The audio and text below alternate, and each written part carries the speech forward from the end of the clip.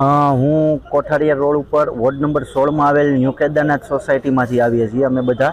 અને સાથે સાથે ઇસ્યુની જો વાત કરવામાં આવે તો અમારી સોસાયટીમાં છેલ્લા 5.5 વર્ષથી આ અસાનધારાનો જે છે નિયમ લાગુ પડેલ છે। અને એ નિયમ હોવા છતાં પણ ક્યાંક ને ક્યાંક અમને એવું લાગી રહ્યું છે કે આ નિયમ છે એનું ઉલ્લંઘન થઈ રહ્યું છે। જો અમારી મુખ્ય માંગણીની વાત કરવામાં આવે તો જે આ અસાનધારાનો કાયદો છે સોસાયટીમાં લાગુ પડેલ છે, તેમ છતાં પણ ઘણા લોકો દ્વારા ગેરહિન્દુઓને મકાનની લેવેચ કરે છે, ભાડે આપે છે।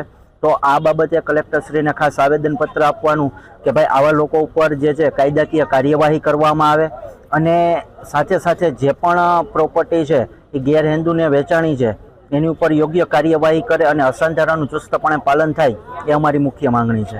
હા, આ બાબતે અમે અગાઉ છે એ રાજકોટ ભક્તિનગર પોલીસ સ્ટેશનમાં પીઆઈ શ્રીને લેખિત રૂબરૂમાં ફરિયાદ આપેલી છે અને તેના દ્વારા પણ અમને બહુ સંતોષકારક રીતના કાર્યવાહી જે થયેલી જોવા મળે છે। આજની માંગણીમાં જેમ અગાઉ વાત કરી એમ કે ભાઈ અસાનધારાનું ચુસ્તપણે પાલન થાય।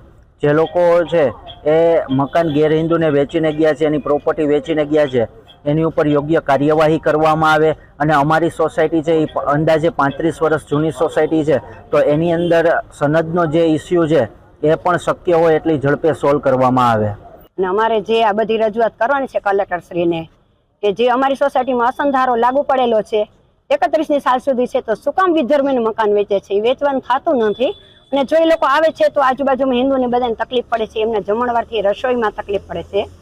તો એના માટે તો શું કરવાનું? અમારે રજૂઆત ઘણીવાર કરેલી છે પણ કાંઈ એમને રિસ્પોન્સ મળતો નથી સારો। અને આ વખતે હવે કલેક્ટરશ્રીને અમે નમ્ર વિનંતી કરીએ છીએ કે અમને અસંધારો હોય એના માટે કોઈ વિધર્મીને વેચાવવું ન જોઈએ મકાન।